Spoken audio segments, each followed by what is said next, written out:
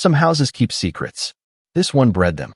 In 1965, deep in the heart of Texas, the Holloway family story began, and it would become America's most disturbing true crime mystery. In a locked records room in 1983 at the Old Texas State Hospital, a sealed manila envelope was found at the back of an unlabeled cabinet. The paper was brittle, the glue seam unbroken, the ink on its cover faded to the color of bone. Inside were 12 index cards, each marked with a name, a date of birth, and a single notation. Subject: observation. Before we go further, tell us in the comments where you're watching from and what time it is right now. And if you haven't already, subscribe to Rituals of Fear, like this video, and join the discussion. Continues. 6 of the cards bore additional notations in red pencil. 6 did not. There was no accompanying report, no explanation for the split, only the quiet suggestion that someone decades earlier had drawn a line between the living and the soon-to-be lost. The handwriting was neat, deliberate, but the dates told their own story. From 1945 to 1968, 12 children, all born to the same address, all cataloged in a hand that was careful not to betray urgency. On the reverse side of each card were 2 words, sometimes the same, sometimes different, phrases that read like fragments from another language. Compliance partial, observation escalates, intervention deferred.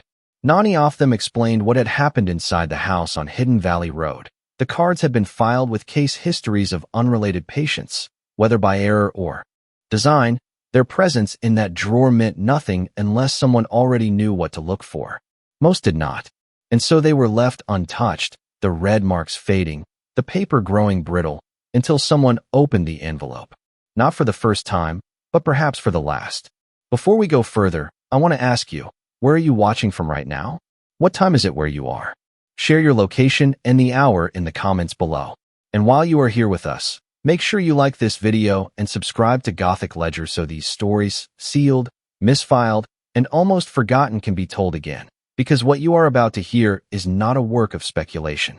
It is a Rex board, a reconstruction drawn from medical logs, police reports, family testimony, and the faint handwriting left on 12 pieces of cardstock. 6 of those names will lead us into hospital wards and locked bedrooms.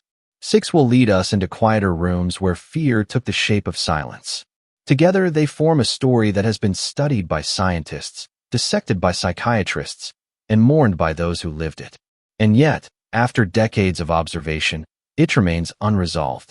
Half a family marked in red, half left unmarked, all bound to the same house where the illness did not visit. It lived. The house was built new, split-level, pale brick, with a view toward the Air Force Academy in the distance.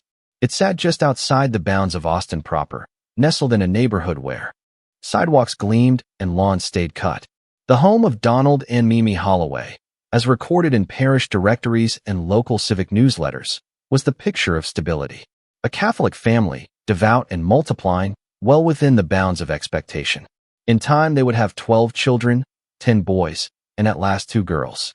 To the outside world, it was a domestic achievement. Donald Holloway, a career military man, had served in the brutal final stages of the Pacific Campaign. Though there was no diagnostic language for it then, his repeated hospitalizations for attacks of nerves suggest a post-traumatic condition akin to what is now identified as PTSD. His return from war was marked by brooding silence, emotional constraint, and increasing remoteness. Nonetheless, he committed to military life, transferring into the newly established U.S. Air Force and teaching at Academy. He did not drink. He did not rage, but he withdrew slowly and completely. Mimi Holloway, once ambitious for life in the cultural enclaves of New York, had rerouted her aspirations inward. She turned discipline into ritual, order into meaning. Her devotion to Catholic family ideals was unswerving. There were no shortcuts in raising 12 children. Each child, Donald Jr., James, John, Brian, Michael, Richard, Joseph, Mark, Matthew, Peter, Margaret, and Mary, was brought into the world with the same hope that excellence could be shaped through structure. She ironed napkins. She kept the floors immaculate. The children were dressed sharply and presented without floor for Sunday Mass. Their hair parted, their shoes polished. Their mother, too, rarely appeared in public anything less than composed. Yet the young seems even early. Horse train. By 1963, When the family moved into their newly built home, the Galvins had begun to draw quiet attention, not for dysfunction, but for scale. A dozen children was uncommon, even by Catholic standards, and there were peculiarities. The boys, especially in their adolescent years, grew wild. Bruises were common. Neighbors noted the sounds, thuds, yells, glass cracking, followed by silence.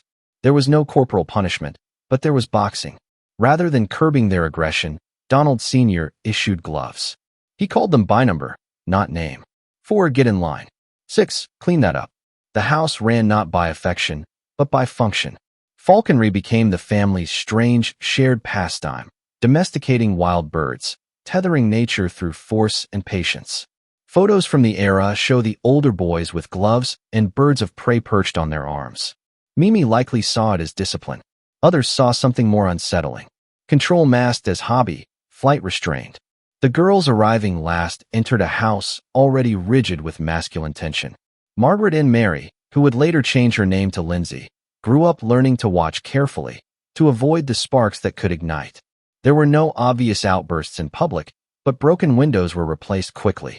Fights, even bloody ones, were resolved without police reports. The children were taught silence. Appearances were sacred. Inside, the emotional ecology of the Holloway household was barren. Praise was scarce. Personal conversation rarer still. Individual suffering was dismissed, misread as disobedience. Donald Sr. was often away.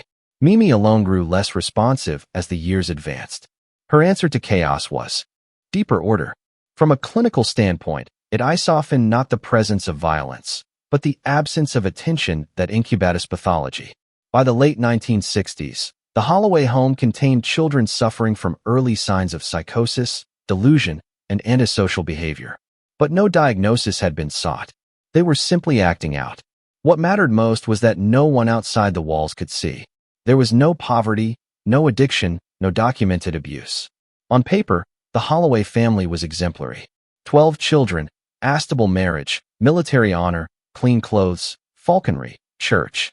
Yet case notes from later years returned to one recurring phrase spoken by neighbors, teachers, and eventually doctors. Something was wrong in that house. It would take decades to understand what in truth, the Holloway residence was not a home in any traditional sense. It was a quiet battleground, order against instability, discipline against something far older, far more embedded. Madness did not erupt. It seeped. Behind the polite dinners and Sunday rituals, a slow fracture was already spreading across the family's genetic core. But in 1951, all was still intact. For now, Donald Holloway Jr., the firstborn, presented in early childhood as cognitively intact, physically robust, and socially well-adapted. School records describe him as disciplined and engaged. Teachers noted his leadership among peers, while athletic coaches at both the middle and high school levels referred to his rare combination of strength and precision. He played football and excelled in wrestling, two sanctioned outlets for physical intensity that masked emerging dysregulation. By the age of 17, he was dating the daughter of a high-ranking general at the Air Force Academy. To observers, Don Jr. was the proof of his parents' efforts, the prototype of a successful, well-bred American son. Initial aberrations were subtle, withdrawn stares at family dinners, long silences following seemingly minor provocations. But in clinical hindsight, these were early signs of effective flattening and emerging disconnection. During this period, he also began expressing vague discomfort around others, a perceived inability to connect. He did not report this to his parents, nor did they inquire. Within the household, conflict was normalized. Wrestling and physical altercations were treated as routine masculine behavior. While attending Texas State University, Don Jr.'s behavior became more difficult to rationalize. The first recorded incident occurred at a university bonfire event, where he suddenly, and without provocation, leapt directly into the flames. He emerged with minor burns and no explanation. Held, then fell silent. No formal intervention was initiated. Months later, he was reported to have methodically strangled a cat, his roommate discovering the remains in a box beneath the dormitory sink. When questioned, Don Jr. claimed the act meant nothing but refused to elaborate. The incident was not reported to animal control or mental health authorities. He returned maimed and rolled, Academic performance declined moderately, though he remained eligible. Professors noted absences and detached behavior. University health services were consulted once. Don Jr. himself initiated the visit, complaining of barriers between himself and other people. No psychiatric referral was made. The student was returned to class. At home during school breaks, his behavior deteriorated further. One winter, he began removing all the furniture from the family's living room, placing each item methodically in the backyard without comment or request. Later, he poured salt into the aquarium, killing the fish. These incidents were dismissed as stress responses by his parents, who believed his marriage was faltering.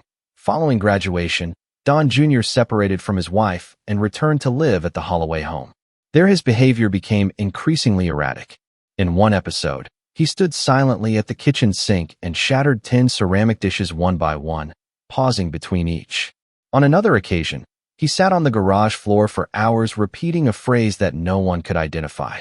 Still, no diagnosis was pursued.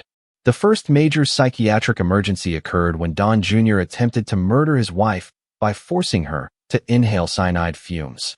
This act resulted in his arrest, hospitalization, and finally a formal psychiatric evaluation at what was then known as the Texas State Hospital in Pueblo. He was diagnosed with paranoid schizophrenia. The diagnosis, long overdue, brought no relief to the family. It confirmed what Mimi had refused to say aloud and what Donald Sr. would never publicly acknowledge. By the time of his diagnosis, Don Jr.'s younger siblings numbered 9. Several of them had already witnessed his outbursts, had been bruised by his fists, or silenced by his stares. Yet none had language for what they were seeing. The phrase mental illness was still avoided in the household, replaced by euphemisms. Don's going through something. He just needs time. He Chiron. The institutions around him, family, university, medical, failed in sequence. Each had glimpsed the fracture, but not the fault line. Each elected to wait. The signs had been visible: the bonfire, the cat, the broken dishes, the suffocating silence. But no one intervened until it was nearly fatal. Donald Jr. was the first to fall. The house would never recover. The Holloway case, when presented in cross-sectional review, offers a near-unique concentration of genetically linked psychotic disorder onset within a single sibling cohort. After Donald Jr.'s diagnosis of paranoid schizophrenia, 5 of his brothers, James, Brian, Matthew, Peter, and Joseph, each demonstrated individual manifestations of the same core affliction. Yet within this shared diagnosis, the symptomatic variation was profound. Initial records portrayed James as functioning. He married early, had a child, and for a time appeared capable of maintaining both household and employment, but deterioration soon followed. James began reporting voices, disembodied warnings, whispering observers. He turned to alcohol, and his behavior toward his wife Kathy grew violent. She reported multiple assaults, including a sustained episode in which accused her of conspiring against him. Family recollections, later corroborated by statements from his sisters, revealed a more insidious pattern. James molested his younger siblings during periods of escalating psychosis. His decline mirrored Don Jr.'s in many ways: social withdrawal, unpredictable aggression, but with sexual predation as a persistent, repressed feature. No charges were filed. The family never reported it. Brian had no formal psychiatric diagnosis at time of death, but treatment records confirm he had been prescribed antipsychotic medication.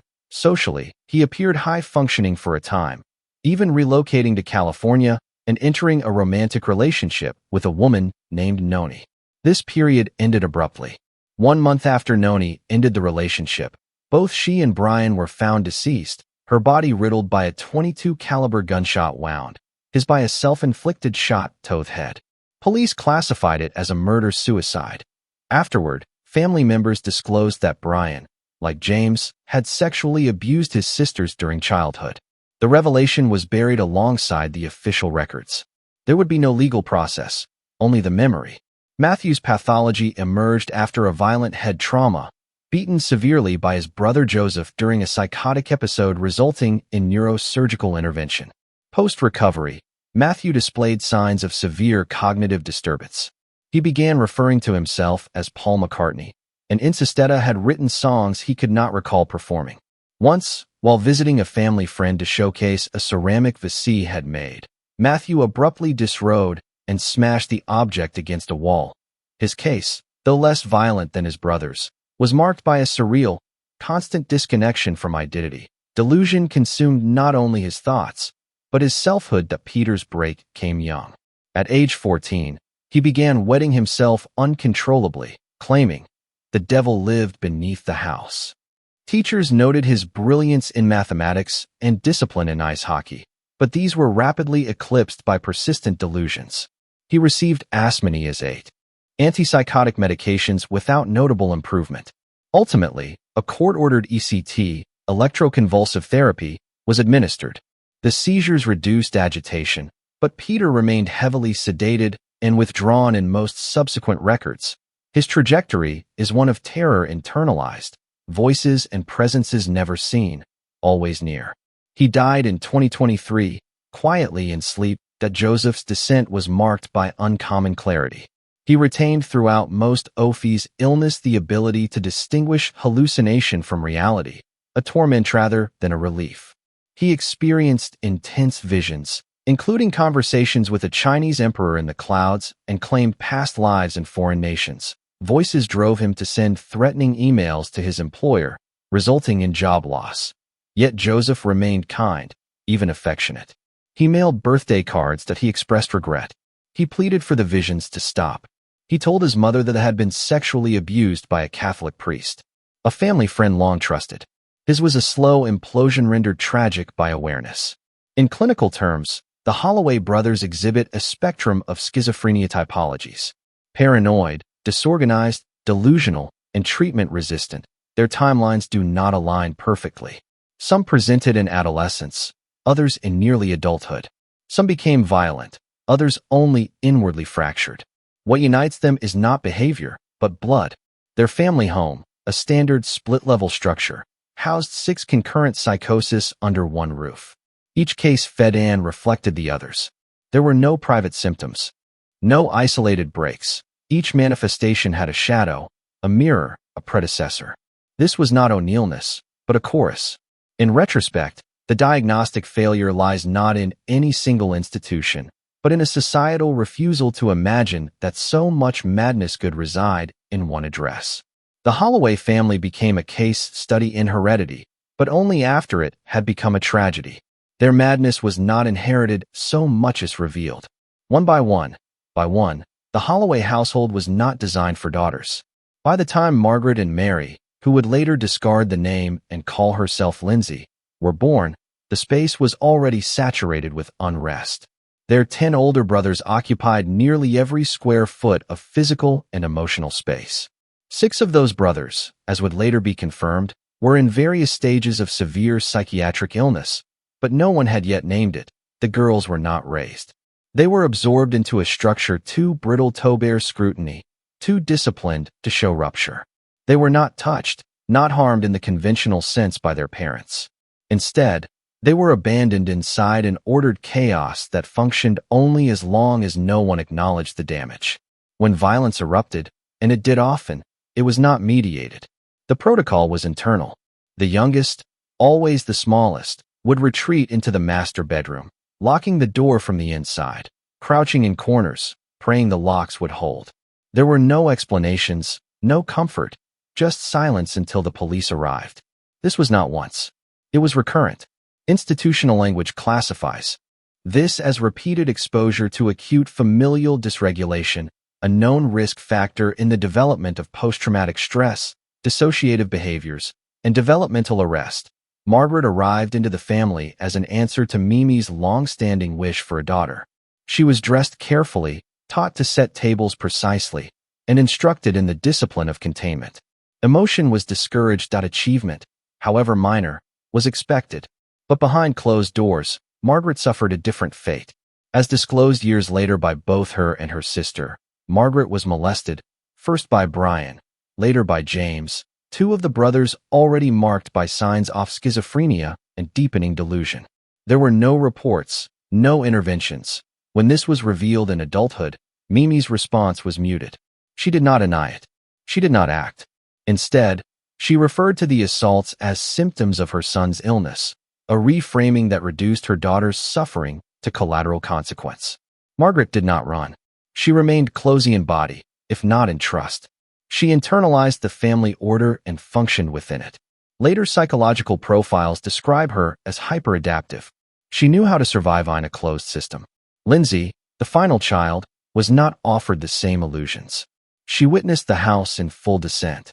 Her earliest memories include salt poured into aquariums, furniture moved outdoors in silence, and her eldest brother, naked, expressionless, blocking doorways with a presence no one explained. She too was sexually abused. The exact timeline remains clinically sensitive, but the abuse coincided with periods when she was left in the care of James during family crisis. She reported feeling watched, touched, and then told it was nothing, that her brother was just confused. Lindsay did not adapt. She observed. She learned that the only safety was distance. When the opportunity came, she seized it. A scholarship to a boarding school away from Austin, away from the sound of brothers' fists against walls. She left at 14. In later psychiatric debriefings, she confessed to a complex reaction: relief for escape, guilt for abandoning Margaret, and fury at the mother who had refused to see. Her coping became distance, minimal contact, emotional barricades, and later therapy. Mimi, when confronted, revealed her own trauma. She had been sexually abused by her stepfather, a fact shared only when her daughters were grown. But her disclosure came not with empathy, but explanation. She had learned, she said, to endure, and so she expected her daughters to do the same. Donald Sr. remained distant, absent in both form and presence. He did not speak to the girls about what happened. He did not ask. In official records and family narratives alike, he remains a void. Margaret and Lindsay present a textbook case of on-primary psychiatric victims, subjects whose trauma is invisible to diagnostic systems focused only on psychosis. Yet their symptoms are traceable. Chronic anxiety, difficulty forming attachments, high-functioning dissociation. Their childhood was not a series of memories. It was a strategy, a daily negotiation between risk and silence. They were not daughters. They were witnesses, too young to name what they saw, too abandoned to ask anyone else to. For them, there was no treatment, no diagnosis, only the knowledge that if they waited long enough, the door would open, or it wouldn't, and the silence would begin again. In such homes, escape is not betrayal. It is therapy. This record is compiled in the manner of an internal clergy abuse investigation, wherein the presence of faith-based authority intersects with family dysfunction to create conditions for persistent concealed harm.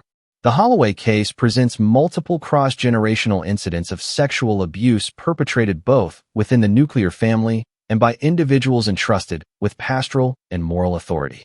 The narrative of illness, schizophrenia as an overwhelming family burden provided both a camouflage and a ready-made explanation for behavior that under other circumstances might have provoked immediate intervention. Within this constructed silence, abuse flourished. Testimonies gathered from Margaret and Lindsay confirm repeated molestation at hands of James Holloway, occurring during his active psychotic episodes. At the time, James was already exhibiting signs of schizoaffective disorder, auditory hallucinations, paranoia, intermittent violence. The sister's accounts describe assaults occurring in spaces intended for safety. The girls' bedroom, the locked master bedroom they were told to retreat to during violent episodes, even the back seat of the family car during errands. Brian Holloway's abuse predates James's, targeting the sisters when they were still in early childhood. Unlike James, whose psychosis was overt, Brian was for a time outwardly functional, allowing his predation to escape suspicion. The assaults were not isolated events, but part of a pattern, repeated and unchallenged. Neither brother faced criminal investigation. Both were shielded under the explanation of illness, a reframing that excused the behavior as symptomatic rather than criminal. Joseph Holloway in later adulthood disclosed that he had been sexually abused by a Catholic priest who had long been a friend to the family. This individual was often entrusted with care of the Galvin children. Whilst parental oversight was absent, particularly during Mimi's hospital visits or Donald Sr.'s extended military assignments. Joseph's accounting is consistent with documented clerical grooming behaviors, initial kindness, special attention, private instruction under the guise of religious guidance. The abuse was not disclosed at the time. Joseph feared disbelief or reprisal. By the time he revealed it to his mother, the priest was no longer in active parish service, and the disclosure did not result in formal complaint to the diocese. In a private exchange years later, prompted by confrontation from her daughters about their own abuse, Mimi revealed that she too had been molested as a child by her stepfather. She framed this not as a confession but's explanation, implying that endurance, not intervention, was the model she had learned. Her disclosure is significant in institutional terms. It establishes a three-generation chain of sexual abuse, each link sustained by silence and authority. In this schema, suffering is normalized, protective structures are absent, and perpetrators are insulated by roles, brother, priest, patriarch, that deter scrutiny. The most troubling element is not the individual acts of abuse, but the collusion, implicit and explicit, of the systems meant to safeguard the vulnerable. Within the Galvin home, illness became a catch-all absolution. Within the church, clerical trust was treated as evidence of moral integrity, rendering suspicion inappropriate. Faith was invoked to forgive. Family loyalty was invoked to forget. And in the end, the silence that bound them was not born of ignorance, but of design. In the Holloway household, trauma was not an interruption of order. It was part of it. By the close of the 1970s, the Holloway home had shifted from a site of family habitation to an unlicensed involuntary care facility. Its layout, split-level, open plan, was not suited for containment. Yet, it was adapted to meet the demands of chronic psychiatric disturbance. In 1978, records indicate that 3 of the Holloway sons were in separate wards of the Texas State Hospital in Pueblo. The remaining diagnosed brothers cycled between short-term hospitalization and home, where Mimi assumed the role of primary custodian. Medication regimens, often inconsistent and variably effective, included stelazine, thorazine, Haldol, and in more resistant cases lithium carbonate. Compliance was monitored only informally. Dosages were sometimes adjusted without consultation, either to minimize sedation before family events or to subdue acute agitation. Reports compiled from police calls and family accounts note recurring episodes of environmental destruction. Furniture overturned without warning, frequently broken beyond repair. Crockery shattered in kitchens and dining areas. Glass embedded in carpet. Windows smashed with bare hands, leading to lacerations requiring sutures.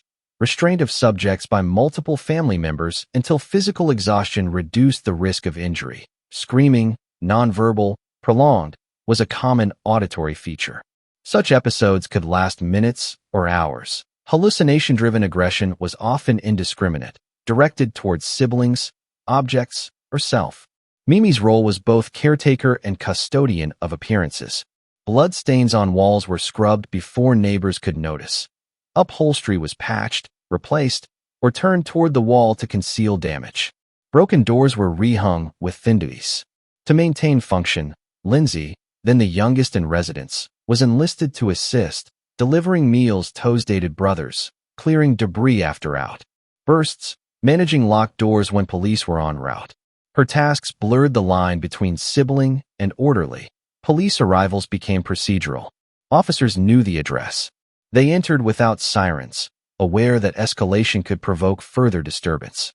Restraint was applied only as necessary for transport. One documented episode retained in family recollection occurred during Thanksgiving dinner. The table was Seto Mimi's standard. Pressed linens, polished silver, the turkey positioned precisely at center. The event was intended as a gesture of normally, a reminder to all present of the family they once appeared to be. Without provocation, Donald Jr. rose, seized the end of the dining table, and flipped it toward James. Plates shattered, cutlery skittered across the floor, food splattered against the walls. The act ended the gathering immediately. No one ate. No one spoke. Within an hour, the table had been righted, shards swept, stains blotted. By the next morning, the dining room appeared untouched. By all functional measures, the Holloway home met criteria for a closed psychiatric unit. Multiple diagnosed residents with severe and persistent mental illness.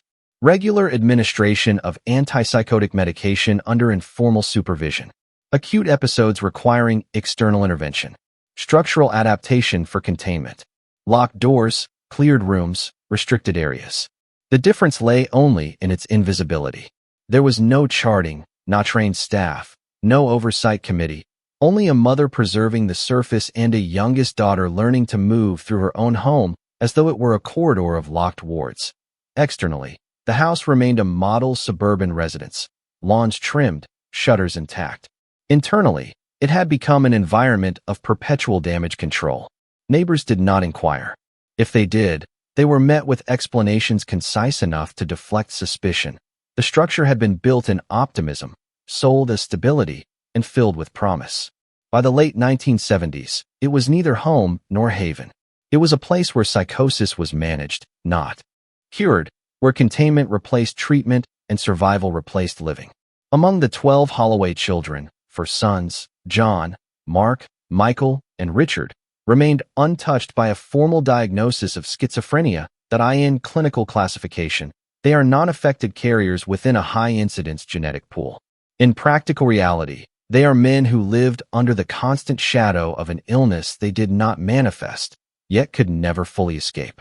In interviews and secondary reports, all 4 express some degree of what psychiatric literature terms survivor's guilt, a persistent questioning of why the illness consumed their brothers, but not themselves. In the Holloway case, guilt was compounded by fear. The onset of schizophrenia often occurs in early adulthood. For each, their 20s and 30s were marked by hypervigilance, tracking every lapse in concentration, every flicker of mood for signs of the same collapse. John's approach to survival was geographic removal. Observing the progression of psychosis in his older and younger brothers, he interpreted each outburst as a preview of his own future. Rather than risk proximity, he relocated to Idaho with his wife, taking position in music. He maintained minimal contact with the family, citing logistical barriers, but privately acknowledged a deeper motive, the belief that distance could protect him not only from the illness, but from the family's gravitational pull toward crisis. His records indicate no psychiatric intervention, but his avoidance was absolute. Michael came closest to diagnosis without crossing the threshold. Twice admitted to psychiatric wards for observation in his teens. He was prescribed stelazine for a period and monitored for emerging psychosis. He rejected the label of mentally ill and discontinued medication against medical advice. Instead, he turned to self-regulation through meditation and mindfulness practices, crediting them with stabilizing his mental state. While his trajectory suggests he may have been experiencing prodal symptoms, mild perceptual disturbances, transient paranoia, these did not progress into chronic illness. His case presents a rare instance of self-directed preventative adaptation in a high-risk environment. Richard responded with withdrawal of a different kind into the abstracted, insulated world of finance. He became a mining investor in Denver, a profession that allowed him to control variables and avoid unpredictable interpersonal dynamics. He rarely engaged with the family outside obligatory events.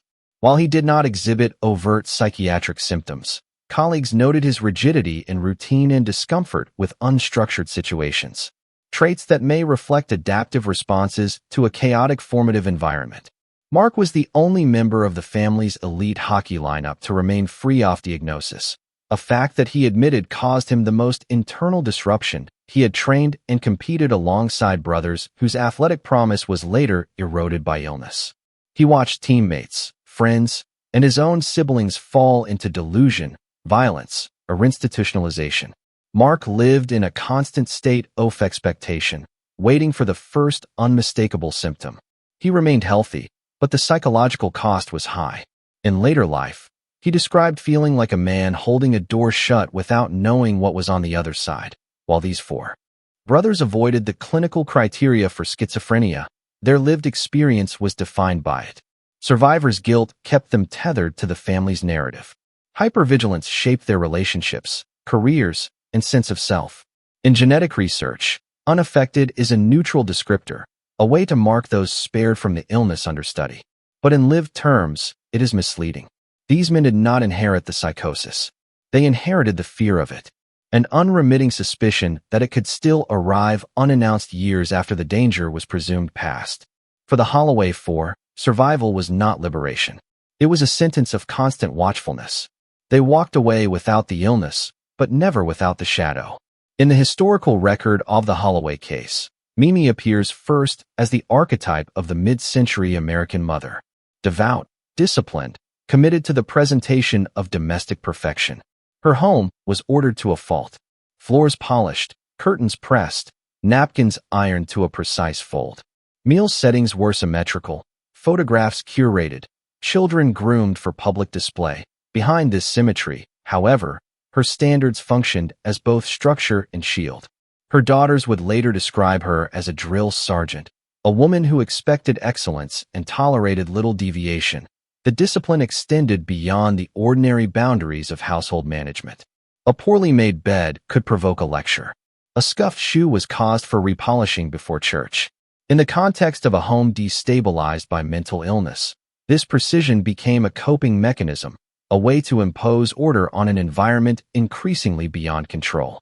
Mimi maintained the Emily's image with equal vigilance. Neighbors saw only the disciplined exterior.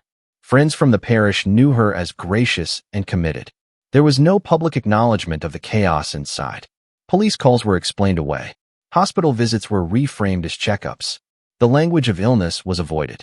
She rarely confided in anyone, not even close friends, about the severity of her children's psychiatric conditions. In the mid-century, psychiatric discourse included the concept of the schizophrenic mother, a theory advanced by figures such as Frieda from Reichmann, asserting that cold, over-controlling maternal behavior could cause schizophrenia in children. The theory has since been discredited, but Mimi's visible traits, emotional reserve, perfectionism, and unyielding standards made her an easy target for such mischaracterization. In interviews, some clinicians hinted she fit the profile. The truth is more complex. While she did not cause Herson's illness, her manner and strategies for concealment may have amplified their isolation and delayed intervention. Mimi resisted the long-term institutionalization of her sons, even when state hospitals were recommended. Her reasoning was twofold: fear of public stigma and belief that she could manage them at home. Breakdowns were hidden, doors locked, curtains drawn, explanations rehearsed. In her mind, handing a child over to an institution was a failure of motherhood, one she would not commit. This resistance placed immense strain on the family's youngest members, who bore witness to psychosis without the buffer of professional care. In later years, Mimi disclosed to her daughters that she had been sexually abused as a child by her stepfather. The revelation came not as a plea for sympathy, but as an explanation for her endurance. She had survived without intervention. Therefore, she believed survival without complaint was possible for anyone. Her own history, unaddressed and untreated, may have reinforced her tolerance for dysfunction and her minimization of her children's trauma. In clinical terms, Mimi's behavior reflects an adaptive control strategy in a high-stress multi-morbidity environment, maintaining rigid external order to compensate for internal disorder. Yet her methods, silence, concealment, minimization, also perpetuated harm, allowing psychiatric decline and abuse to persist unseen. The Holloway household under her management functioned like an elaborate structure of balance, appearances supported by discipline, discipline supported by secrecy. Every polished surface, every folded napkin, every immaculate Sunday presentation was another card in a fragile arrangement. She lived knowing that one misstep, a neighbor's suspicion, a public outburst, an official inquiry could bring it all down. And when it did, it would not just collapse her home. It would collapse the image she had spent a lifetime constructing. The first samples arrived decades before the technology to fully interrogate them existed. In the early 1980s, blood was drawn from members of the Holloway family, both those diagnosed with schizophrenia and those who, by all outward measures, were healthy. The collection was part of a broader psychiatric genetics initiative, a search for patterns in the DNA of families with unusually high incidence of severe mental illness. At the time, the analytical tools were limited. Chromosomal karyotyping, rudimentary linkage analysis, and early molecular assays yielded no definitive findings. The samples were stored, cataloged under code numbers rather than names, and sent into the slow orbit of scientific preservation, frozen in freezers that would hum quietly for decades. In 2016, The Holloway samples were pulled into a new study involving only 9 families worldwide. The criteria were precise: at least 3 siblings with schizophrenia and at least 3 without. The Galvins exceeded the threshold: 6 affected, 6 unaffected, offering a genetic contrast rarely available in psychiatric research. This time, whole genome sequencing and advanced bioinformatics were applied across millions of genetic data points. One anomaly recurred: a mutation in the SHANK2 gene found in every Galvin sibling who had provided blood. SHANK2 encodes a protein involved in the structural scaffolding of synapses, the junctions through which neurons communicate. Disruption of this protein can alter the efficiency and stability of synaptic signaling, with potential downstream effects on cognition, perception, and emotional regulation. The mutation was not novel in the human genome. It had been observed in other contexts: developmental delay, autism spectrum conditions. But here it appeared consistently in a family where schizophrenia dominated the medical history. All 7 brothers who had been diagnosed said carried it. The revelation was complicated by a fact that undermined any notion of a direct causal pathway. The 4 brothers who remained free of schizophrenia also carried the SHANK2 mutation. The gene was present in both the healthy and the ill. It was a shared blueprint, not an isolated defect. What differed between the 2 groups was not the DNA sequence, but the expression. How and when the blueprint was activated, if at all? Why did the mutation manifest in some and not others? Theories include environmental triggers, early life stress, viral infection, head trauma, or interactions with other, as yet unidentified, genetic variations. But the truth remains inaccessible. From a research standpoint, the SHANK2 finding was a breakthrough, a pathway, if not a cause. From a clinical standpoint, it offered no immediate remedy. There was no gene to edit, no protein to supplement, no pill to prevent onset. Only the knowledge that risk could be carried in silence for decades, never surfacing or emerging without warning. The Holloway study confirmed that madness could be mapped, at least in part, into the double helix, but the map was incomplete, and the route from mutation to psychosis remained obscure. In the language of genetics, the family carried a risk allele. In the language of history, they carried a prophecy that might or might not come true. The sequence was there, written into their biology before birth, a set of instructions capable of dismantling perception and self. Yet there is even now no way to read the trigger, no test to say when or if it will begin. In the Holloway family, nature left its signature, but it gave no warning and no mercy, a blueprint for madness, without a map for prevention. By the early 21st century, the arc of the Holloway case had settled into a grim equilibrium. The early years of onset and rapid decline were over. What remained was the residue, lives bracketed by diagnosis, others defined by avoidance, all framed by the permanence of record. James Holloway, second-born, died in 2001 at the age of 55. The coroner's report listed heart failure likely induced by the cumulative cardiotoxic effects of longer antipsychotic medication. His death was quiet, almost unremarked by the family. For decades, his presence had been one of volatility. In absence, he was reduced to a file number and a cause of death. Peter, once the promising hockey player undone by paranoid visions of the devil beneath the house, died in his sleep in 2023. No violent episode preceded it. No crisis call brought paramedics to the door. He simply ceased. Another long-resident patient who would not be returning home. Mimi Holloway, the matriarch, died in 2017. She left behind no confession, no re-evaluation of the life she had presided over. Donald Sr., whose withdrawal had become his defining role, had preceded her in 2003.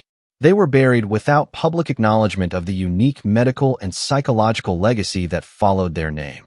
Don Jr. and Matthew remain institutionalized in Austin. They exist now as enduring cases. Men long past the point of active rehabilitation, their conditions managed rather than treated.